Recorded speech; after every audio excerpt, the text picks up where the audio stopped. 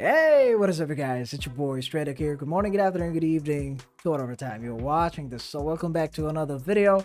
This one is a little bit different from my usual ones. This is from an anime recap from that time I got reincarnated as a slime. This is from I believe a web novel or a light novel. So yeah, this is like, have you ever thought to yourself, what happened after the anime? That time I got reincarnated as a slime. This is like, I believe this is volume 7. We're still currently waiting for the newer volumes of the anime. Or is there a new volume of the anime? I forgot to check. I honestly forgot to check. But yeah, this one is like what happens next after the anime, like the last season ended. So yeah, spoiler alert. If you don't want to be spoiled, then spoiler alert. I don't mind spoilers, me personally. So there you go.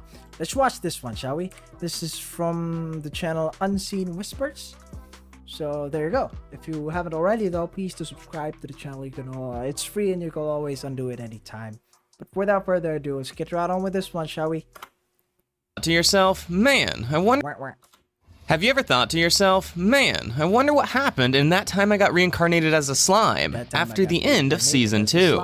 Well, you're about to find out. Okay. The anime only covered volumes 1 through 6, which means there's currently 16 more books that are yet to be animated. 1 through 6, 16. So there's a lot more. There's a lot more that is yet to be reanimated. Recorded.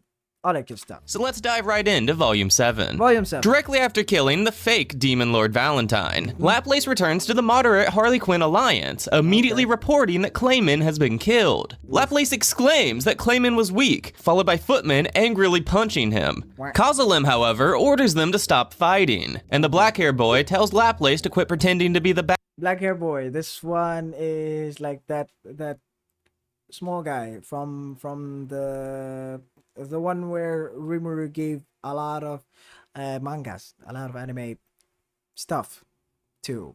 One dealing with the kids, you know. bad guy, since this boy is the one that hired them for the job. Okay. Laplace then reveals that he killed Demon Lord Valentine, though he admits the new moon and holy ground definitely weakened his vampire foe. Tyr and Footman are eager to stage an assault against Tempest, but Kozalem reveals that Rimuru successfully captured most of their force. After hearing this, the boy declares their best course of action is to lay low, though Kozalem notices that he's definitely scheming something. Yeah, he's definitely Now, the anime actually skipped the Walpurgis feast, but nothing noteworthy really happened. Okay. Upon returning to Tempest, the citizens take a knee to welcome Rimuru home. FYI, I'm going to use the anime pronunciations when possible, Gabil. though it's obvious I Gabil. definitely need to work on them. Gabil. Diablo and Rigurd are the first to congratulate him on joining the Octagram, followed by Diablo explaining that he bribed Veldora with dessert to keep him updated. Rimuru exclaims that Veldora doesn't even need to eat, but it's pointed out that eating isn't necessary for Rimuru either. True. Now, Diablo was supposed to be conquering the country of Falmouth, so later that evening, Rimuru asks why he abandoned his mission. Shion even makes fun of him until he reveals everything is going perfectly according to his plan. It all began with fixing the prisoners that Shion had tortured and mutilated into living cubes of flesh. Look at this dude. You see, on his way to Falmouth, he restored Raheem and Raisin's bodies back to normal. Okay. It turns out that while filleting them, Shion used her master chef skill to literally rewrite the laws of nature surrounding their body, meaning that standard healing was unable to fix them. Raisin immediately asks Diablo to restore King Admaris, but this demon's sheer presence forces him into submission. Raheem and the king both volunteer to serve Diablo as well, followed by him revealing that he will restore the king, though not before the nobles of Falmouth witness this atrocity.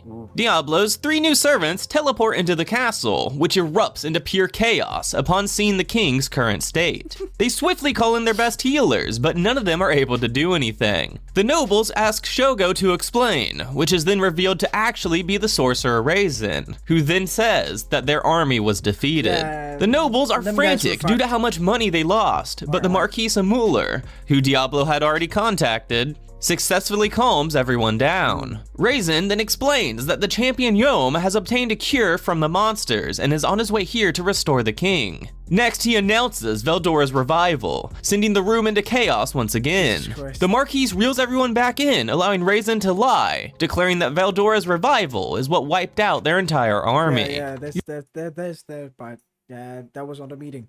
That was on the meeting. Yom's party then enters the room, and the nobles are disgusted to see a commoner stand among them. Raisin declares Yom to be the person that saved them, and that Rimuru is the monster who successfully calmed Veldora. This makes the nobles realize attacking Tempest was a mistake, and they order Yom to take their demands straight to Rimuru. He, however, points out that they're in no position to demand anything, followed by the nobles wanting this filthy commoner removed from their sight. Knowing that Diablo is getting pissed, Raisin urges the nobles to listen, and they eventually agree to engage in peace talks with Tempest. Diablo then seizes this opportunity, introducing himself and approaching the still mutilated king. The royal guards turn to stop him, but are too terrified to dare do anything. Emptying a potion while stealthily casting magic, Diablo restores the king to his proper form. The nobles demand to know more about that potion, so Diablo announces that these full potions are only produced within Tempest. Very nice. Diablo then reads off the 3 conditions for peace talks. 1. The king must relinquish his throne and pay war reparations. 2. Falmouth surrenders itself to the Jura Tempest Federation. 3. Agree to the previous 2 conditions, or the war will continue. The nobles yell that these demands are ridiculous, followed by Diablo giving them a single week to decide. It's the very next day when the king has a meeting with his closest advisors, and once again explains how their army was decimated. The group then discusses the conditions, and they realize that accepting them will lead to a civil war, but rejecting them will lead to an invasion and death. Then they can all agree the 10k stellar reparation cost is way too high, but the king wishes to accept, as it's the only way to protect their citizens. He's also aware that his brother will attempt to take the throne, and that Diablo is actually seeking a civil war. With his thoughts sorted out, King Admaris declares that Falmouth will in fact join the Tempest Federation, as he's seen with his own eyes how peaceful the monsters of Tempest truly are. Rimuru is shocked that Diablo actually showed the cube of flesh to the nobles, and then begins comparing Diablo to Japan's Yakuza. Diablo then reveals that he demanded 1 million gold worth of stellar coins, though he isn't actually expecting to receive that amount. Diablo then states that the king is under the influence of his tempter skill, so he will know right away if the king dares to betray them. Rimuru, however, believes the king's life is in danger. It would be good publicity to have Yom protect the king. But it turns out Diablo was already planning this, so they both agree to send reinforcements Yom's way. Rimuru is concerned that other nations may join in the battle, but Diablo already has countermeasures in place to prevent this. Around this time, Haruna enters the room with the dessert, and Diablo's share goes to Veldora as payment for their previous deal. Rimuru is still curious as to why Diablo returned so soon. The bribes of these guys. Very fucking nice. Also, this video is quite fun. Like, you can understand the whole thing just by simple images and his narrative voice. So, there you go. Which turns out to be Veldora's doing. Rimuru scolds this dragon for interfering with people's work, and winds up revoking his dessert privileges as punishment. Back in Falmouth, all the nobles gather as the king announces his intent to accept all the conditions. The nobles argue the monetary cost is way too high, and exclaim they should just continue the war as they believe the church will come rescue them. Edward, the king's brother, accuses King Admaris of attempting to flee the country and his responsibilities. The king, however, denies this, stating that accepting these conditions is the only way to save their country. Suddenly, a messenger from the Free Guild arrives with a scroll in hand. It's an official announcement naming Rimuru to be a new demon lord, and alerting them to the formation of the octagram. With this, the king exclaims they made a grave mistake, and he then relinquishes his throne, unexpectedly not to his son, but to his brother Edward instead. The Marquis speaks up in favor of this transition, and Edward immediately begins scheming ways around the 3 conditions. Then a few days later, Falmouth signs a peace treaty with Tempest, as everything is proceeding exactly as Diablo planned. Very nice. Shuna and Sohei then return, leaving Hakuro and Geld behind to watch over the prisoners. Benimaru also arrives, explaining that his subordinates will do just fine without him. Our demon lord finds it amusing how they both dumped their duties onto someone else. True. They learned it from you.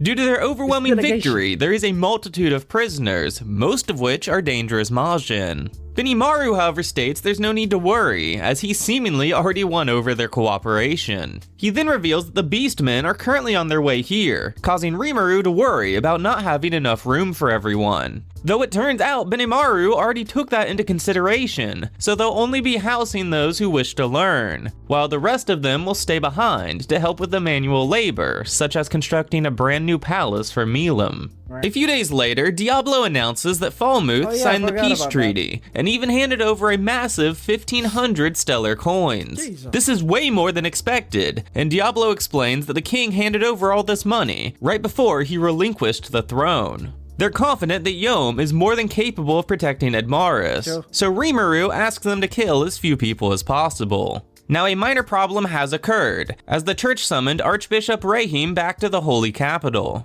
You see, the Luminism faith deems all monsters inherently evil, so they debate whether or not to have— The luminous faith is the one where that woman, you know, that bitch, very strong one, where the one that Rimuru fought, that which delayed him from coming back, and then you know all that stuff happened, the dead and all that stuff.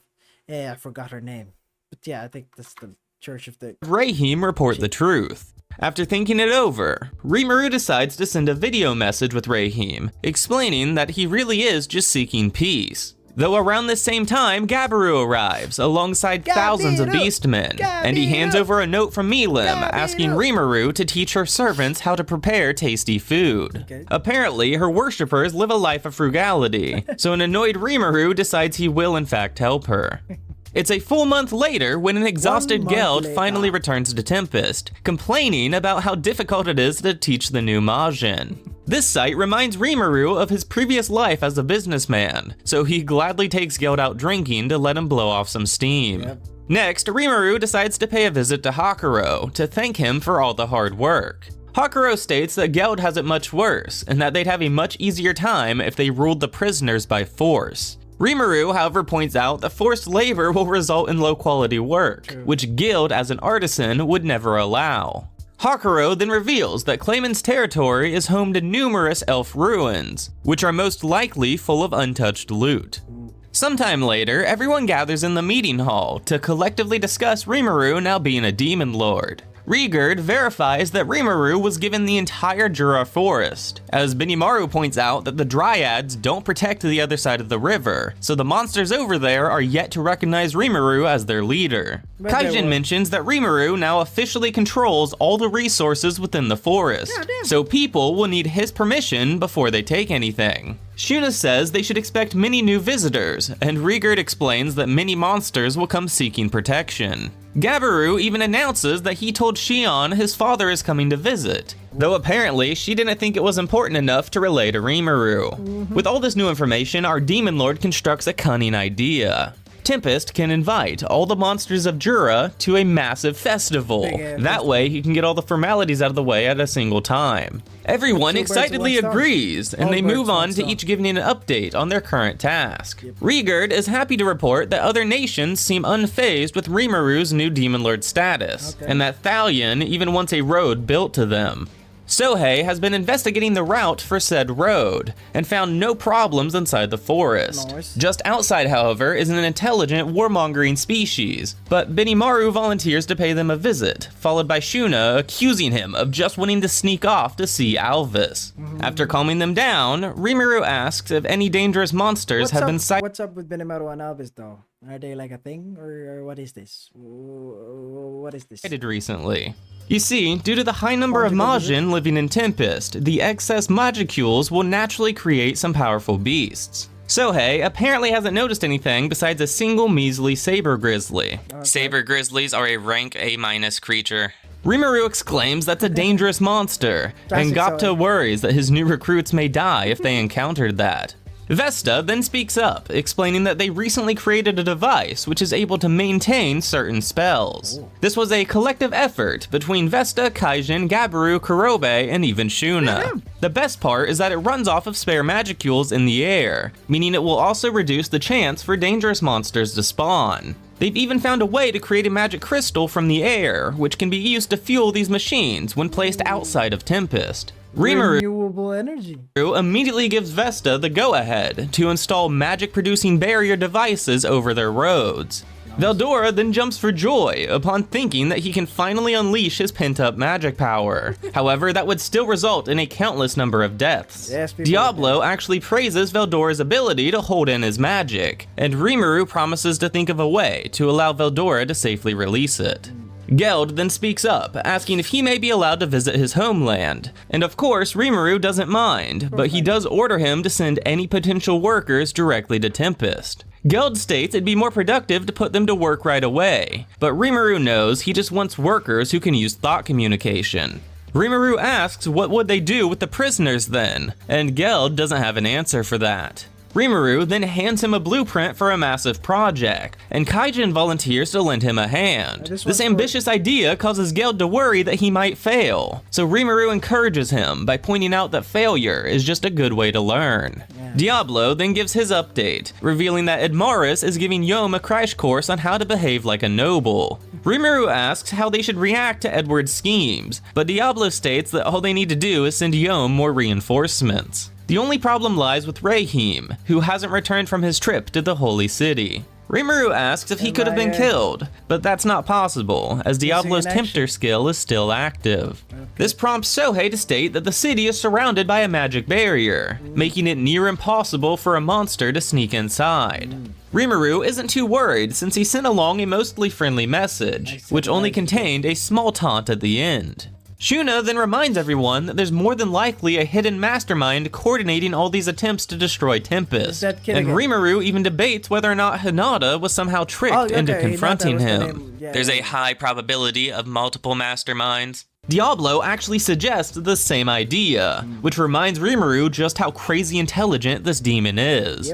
Benimaru thinks this may all tie back to Clayman, and Diablo thinks some traveling merchants might have something to do with this. With everyone now on the same page, Rimuru swiftly gives out orders. Shuna and Diablo will look into the merchants. Benimaru and Hakuro will focus on sending Yom reinforcements. Rieger and Gabiru are to prepare for the festival. Geld will continue with construction as Rieger focuses on security. Shion will continue being a bodyguard, and Veldora is ordered to just stay out of people's way. Now Hinata believes the holy city, Ruberius, to be an ideal paradise. Its government is essentially communism, but it works since the Holy Church is the one controlling it. Hinata recognizes this takes away some of their citizens' freedom, but she deems it justifiable since everyone is happy. It turns out Hinata is one of the few people who are in fact aware that the god Luminous is secretly the vampire demon lord Luminous Valentine. Of course, vampires in this world feed on humans, so Luminous created this utopia as a way to protect her livestock. Plus, it's rumored that happy humans actually taste better. Hinata learned the secret of Luminous Valentine 3 years prior, when she uncovered the Holy Emperor and his brother, the fake Valentine, were both filthy vampires. She attempted to slay them, which resulted in everyone involved lying on the floor mortally wounded. It's then that an unbelievably powerful and beautiful woman entered the room, revealing herself to be the true Demon Lord Valentine. After effortlessly healing— Hinata couldn't kill that guy, the fake Valentine, and then the Laplace just kills him with ease. That was quite easy kill. But then again, it was like, was it like full moon and then all religious shit happening? But it's still, everyone. Valentine proclaims Hinata's sense of justice to be foolish and gives her 1 week to pass a trial if she wants to fight her. This trial is held by 7 legendary men known as the 7 Days. And through this, Hinata— 7 days. Remember 7 days. Just something to deal with, you know, the transportation of children into this world from the other one, from, you know, the transportation of children. Yes, Shizu Sensei was done like that as well. And the other became a superhuman. She then challenged the true Demon Lord, got absolutely wrecked, and now works directly under Luminous. Get wrecked. Jumping back in time to the night of Walpurgis, Hinata was ordered to guard the city. Yeah, there you Lewis go. informs her that the man she let escape actually killed Roy, the fake Demon Lord. Hinata straight up laughs at how weak he was, but she is concerned with how this may affect the Luminism faith. They move on to discussing Tempest, and it's revealed that something known as angels typically attack a city that develops itself too much. Lewis also believes that the Western nations will likely team up to deal with Tempest, but Hinata questions whether or not Rimuru actually needs to be killed. She suddenly realizes that it was a group of merchants that tricked her into attacking Rimuru, but is interrupted by Valentine's arrival. Luminous explains Walpurgis while being absolutely pissed that she allowed Roy to be killed. Hinata then asks for permission to go slay Veldora, but is told that it'd be impossible for her. It's then revealed that this city was strategically built on a mountain due to Veldora wrecking Luminous's previous castle. Hinata then asks what they will do about the new Demon Lord, and is told not to bother Rimuru. Hinata states this goes against their religion, and then realizes that Rimuru probably wasn't lying when he claimed to be an otherworlder from Japan. Yes, from that time, you know, you stupid Hinata. Back A bit later, we see a meeting being held with the 10 great saints who are 10 great saints. Who are the 10 great saints? each on par with a potential Demon Lord. Okay. Their leader arrives late, causing Sayer to openly complain. Hinata is actually willing to give up her position to anyone who can defeat her, but Sayer isn't dumb enough to try. Okay. Letus gives her report saying that the Jura forest is extremely peaceful, and that the technology is unexpectedly advanced. Hinata asked about Veldora, but Letus wasn't able to find him. Okay. Eventually, it comes time for Sayer to report on the country of Falmuth. He mentions the king has changed and suspects that King Edward may start a civil war. Hinata believes this to be Rimuru's doing, followed by her asking about the merchants in the area. Sayer passes this off to Glinda, who doesn't believe the merchants are up to anything. However, Hinata doesn't trust Glinda. They're all told not to confront Rimuru, as Hinata knows nobody stands a chance against him unless they evolve into a true saint, just like her. Grigory doesn't think it's right to allow the Demon Lords to run free. However, Hinata declares that the church's orders are to leave Rimuru alone. Sayer asks if this Demon Lord can really be trusted, and Hinata reveals Rimuru to be an otherworlder. Renard wonders what she's gonna do since she once attempted. Is Rimuru like attempting to call home? I don't think he is. He doesn't want to anyways. His Earth is kind of boring per se, and he died there. So will he even be able to come back? I don't think so. To murder the slime, and Hinata proclaims that she wishes to speak with Rimuru. Rahim and Nicholas then enter the room, alongside the men known as the legendary 7 Days Clergy. Okay. These guys are supposed to train new heroes, but Hinata hates them, as she believes they only care about themselves. Rahim reveals the full truth about Falmuth's attack of Tempest, causing Hinata to realize that Rimuru is using science from Earth to create new spells. The 7 Days believe themselves superior to the new Demon Lord, as Hinata thinks about Luminous's unfathomable power, and how she's nothing compared to Mila Mergi. The group believes they need to deal with Rimuru before he grows any stronger, but Hinata reminds them Rimuru is seeking peace. Renard exclaims the slime slaughtered all those people, followed by Hinata declaring once again that Luminous has ordered them not to act. The 7 Days suddenly ask if Rahim has a message, prompting him to pull out a crystal ball. A very short video is played, where Rimuru simply says, There's the video, Rimuru, okay. "I'll take you on This is still volume number 7 though. in a Quite an eventful volume per se. 1 versus 1 duel." Arnaud is ready to lead an assault on Tempest, but Letus reminds him of Veldora's revival. Hinata finds the timing of the crystal ball and the 7 days to be suspicious. After thinking it over, she announces that she will travel to Tempest alone, but Nicholas exclaims it's too dangerous. Though she's already made up her mind, so the 7 Days gift her a special dragon slaying sword, just in case she needs it. Though Hinata knows they're really hoping she kills Rimuru. Hinata wakes up to the smell of coffee, and to Nicholas, who has prepared breakfast for her. He's known to be a stern advisor to the Holy Emperor, but for some reason, he acts like a loving puppy toward Hinata. Nicholas wants to know if there is any way he could prevent her from going, but she just states that fighting may not happen. Hanada then confidently leaves the city, making her way directly toward Tempest. Making our way downtown. If you enjoyed this video, then subscribe. This was only half of the volume as well. Like, what the fuck? Long volumes. But something we can look forward to, I guess. But anyways. Before going to watch my other series covering classroom events.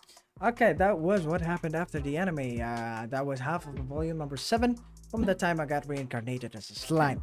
So there you go. It's a fun video.